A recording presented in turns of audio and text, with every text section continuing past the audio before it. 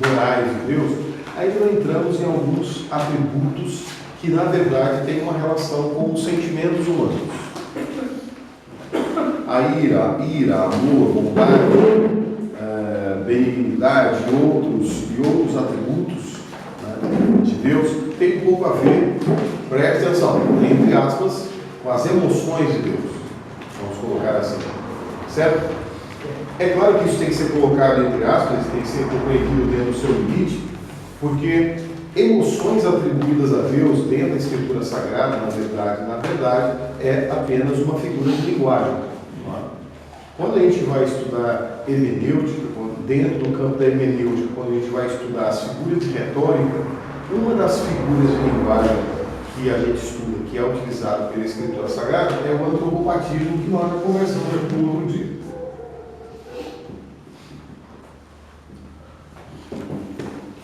O antropopatismo é a figura de linguagem que atribui sentimentos humanos a Deus, por falta de recursos e pela própria falta de compreensão, de capacidade de compreender os sentimentos que se passam em Deus, né? O autor bíblico, então, atribui os sentimentos que nós conhecemos a Deus. Por desconhecermos, na verdade, o que se passa no ser de Deus, nós atribuímos sentimentos e sensações que nós conhecemos. Isso é natural que seja assim, né? Nós não podemos falar de uma coisa que desconhecemos completamente. Quando nós desconhecemos completamente, nós falamos então de coisas que são palpáveis para nós. O fato é que, biblicamente falando, existem em Deus sentimentos positivos, vamos chamar assim, e sentimentos negativos. Quais são esses e como eles se processam em Deus, nós não sabemos. Não temos a mínima ideia. Mas então os sentimentos positivos de Deus, nós damos, é dado pelo autor bíblico na Escritura Sagrada, o nome daqueles sentimentos que nós consideramos serem positivos. Amor, bondade e outros. Né? Da mesma forma, com relação aos sentimentos negativos de Deus, também nós atribuímos aí coisas que nós conhecemos, como ira, como ódio, né? E outros. Então, ao fazer a leitura bíblica, quando nos deparamos com esses sentimentos de Deus, ou nos deparamos com esses atributos morais também de Deus, a gente tem que ter um cuidado de fazer a compreensão correta. Certo? Se a Bíblia fala do ódio de Deus, ou fala do amor de Deus, isso aqui são coisas puramente humanas. Né? São coisas que nós definimos, são coisas que nós conhecemos. O que nós desconhecemos é o real sentimento de Deus. Nós só sabemos que eles são positivos e são negativos. Mas não sabemos quais são, ou como, ou em que intensidade essa coisa toda acontece. Porque é incompreensível para nós. Toda figura de linguagem, ela faz a tentativa de trazer à nossa compreensão aquilo que para nós seria incompreensível. Então você trata algumas questões dentro do seu nível de compreensão por não conhecer ou não ter condições de compreender o todo. Como não temos condições de compreender o todo, nós trazemos essa totalidade para o nível da nossa compreensão. Tá? Então, se existe um sentimento negativo, por exemplo, da parte de Deus com relação ao pecado, ou especificamente, por exemplo, na Escritura, quando a Bíblia fala sobre o divórcio, existe um sentimento negativo em Deus, não positivo. A Bíblia fala que Deus odeia o divórcio. A Bíblia fala que Deus odeia o pecado. E vai assim. Quando existe um sentimento positivo em Deus, sei lá, por exemplo, com relação ao pecador, com relação à criatura, né, o restante da criação de Deus, a Bíblia fala que Deus ama o pecador, apesar de abominar o pecado. Deus ama o pecador, né, criado à sua imagem, à sua semelhança. E como Deus ama e ampara e guarda também toda a sua criação. Amor de verdade, né, amor que nós conhecemos, não vai chegar nem perto do que Deus realmente sente. Não vai chegar nem perto. Mesmo porque vocês devem se lembrar de que a alma em si, ou quer dizer assim, a questão desses sentimentos, são coisas muito relacionadas à nossa alma. Grande parte dos nossos sentimentos são coisas diretamente relacionadas à nossa alma. Então nós falamos de coisas da nossa alma e atribuímos essas coisas a Deus. Mas vai uma pergunta simples: Deus tem uma alma?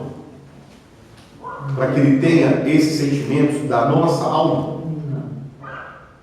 A Bíblia fala categoricamente que Deus é Espírito. E ponto final. Na nossa alma, geralmente a gente chama a nossa alma, ou define, de certa forma, é uma definição superficial, mas definimos a alma como a sede dos nossos sentimentos. E o nosso espírito como a sede da nossa intelectualidade, da nossa capacidade de pensar, de raciocinar, etc. e tal. Se nós atribuímos ira, que é uma coisa, de certa forma, que provém da alma, embora que existem certos desses sentimentos que podem vir do espírito, do raciocínio, da lógica, né, da inteligência. A ira, por exemplo, contra o pecado é uma coisa que não precisa necessariamente de uma alma para se ter. Se você tem um espírito e, portanto, tem uma inteligência de verdade em você, por inteligência, você tem a capacidade de se indignar ou de se opor contra aquilo que é injusto, contra aquilo que é errado. Porque aquilo que é injusto e errado também é ilógico. Então você não precisa necessariamente de uma série de sentimentos para você se opor a uma coisa que é injusta, que é errada e, portanto, ilógica. Você só precisa ter uma inteligência. Então, alguns desses sentimentos são características do espírito mesmo, mas outros são questões mais que envolvem sentimentos que se passam pela alma humana. Eu preciso de uma alma, por exemplo, para amar.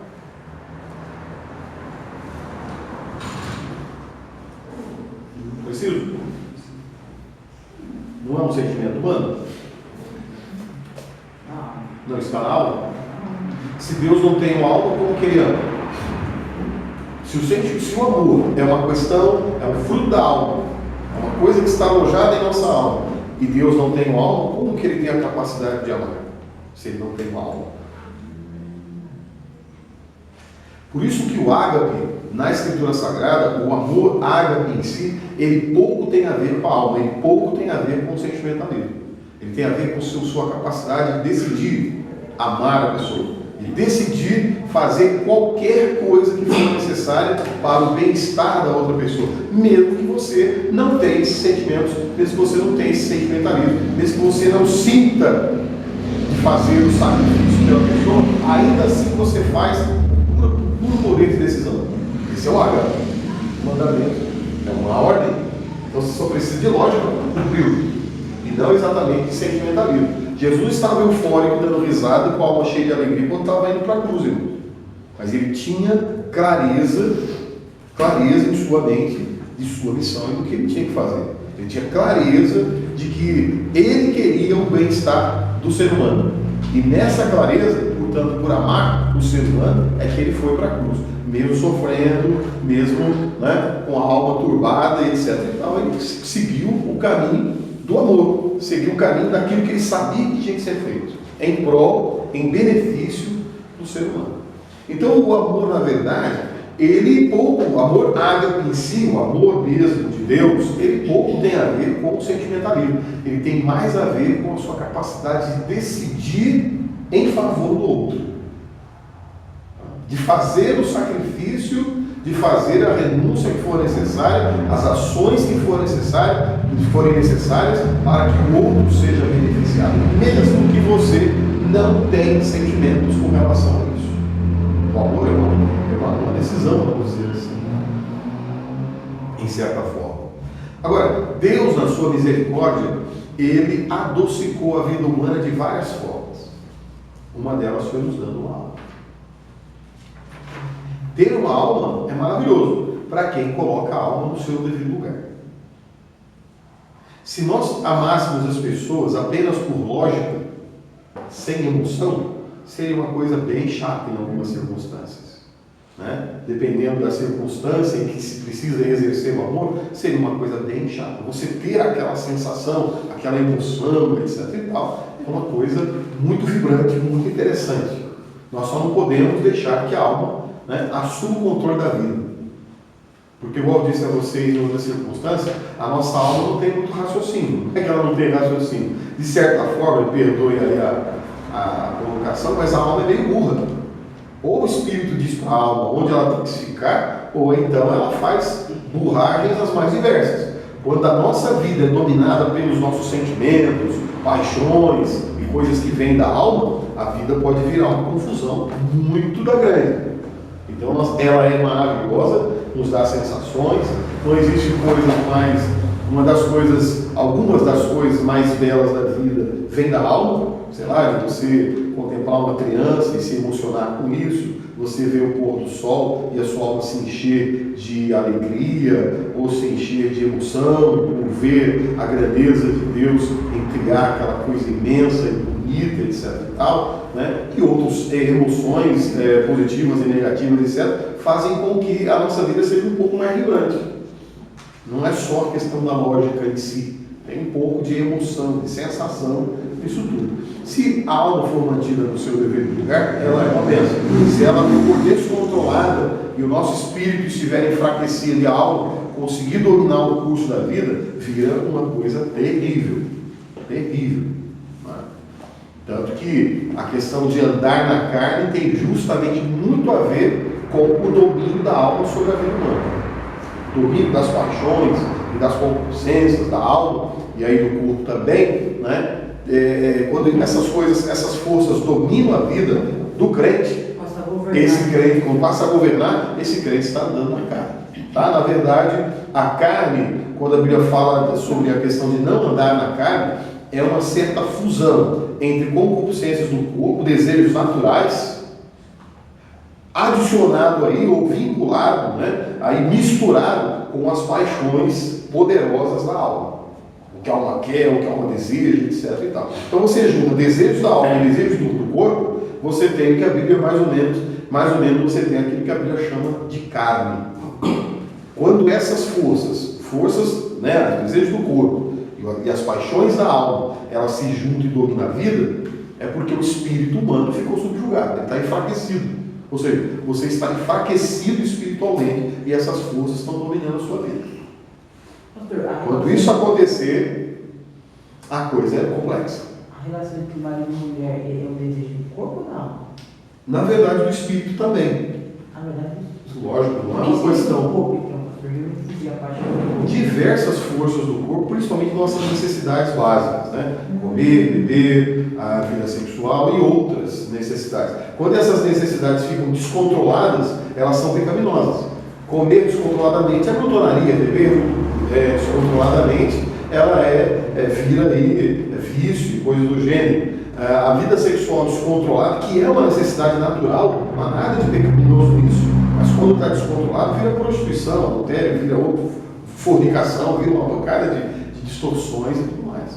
Quando essa coisa está descontrolada e as paixões da alma também, os desejos da alma também estão descontrolados, e eles se juntam, então aí a vida do ser humano vai para o brejo, porque a inclinação da carne, ou seja, dessas duas coisas juntas, dá para a morte.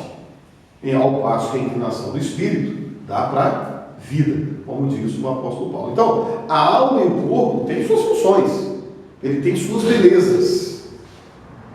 É maravilhoso você poder comer. Uma outra coisa que Deus fez conosco para adocicar a nossa vida é, por exemplo, o sabor das coisas. Nós poderíamos nos alimentar em tudo. Comer qualquer coisa, terra, por exemplo, um torrão, por exemplo, e manter o seu corpo funcionando. Porque o alimentar-se é para manter o corpo funcionando. Poderia ser sem sabor, sem nada, só socar para manter andando. Mas ao invés disso, Deus nos deu o prazer de nos alimentar. Então nós escolhemos os sabores, escolhemos o tipo de alimento, nós temos alegria, prazer em nos alimentar. Então isso é um acréscimo da parte de Deus, como Ele fez também com relação à nossa alma. Nos deu toda essa gama de sensações, de sentimentos que estão localizados na nossa alma. Eles só precisam ficar no seu devido lugar, controlados pelo nosso Espírito. Andar no Espírito não é o Espírito Santo guiando você como se você fosse um outro bíblico, o Espírito Santo te guiando. Quando Paulo fala sobre andar no Espírito, é no seu Espírito mesmo.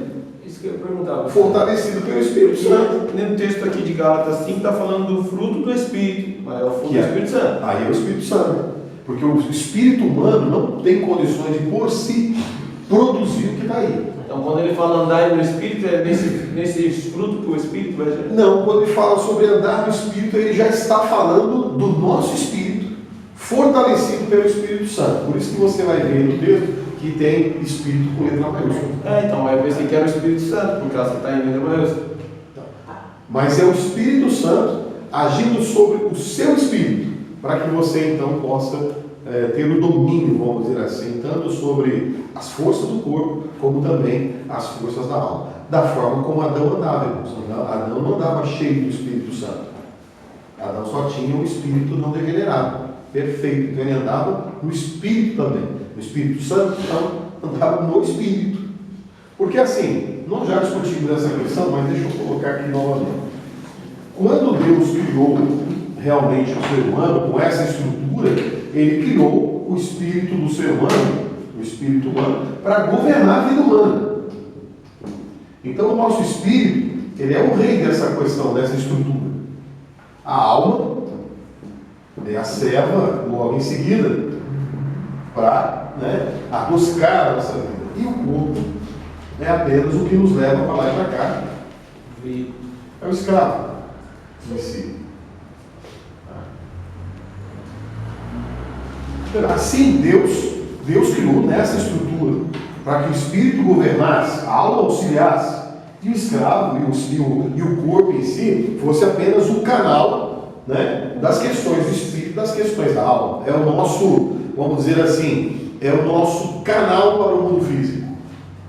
Porque essencialmente nós somos seres espirituais, mas temos um corpo que nos localiza no mundo físico, que nos dá acesso ao mundo físico. Tanto que quando nós perdemos o corpo físico, nós não deixamos de existir. Por quê? Porque somos essencialmente seres espirituais.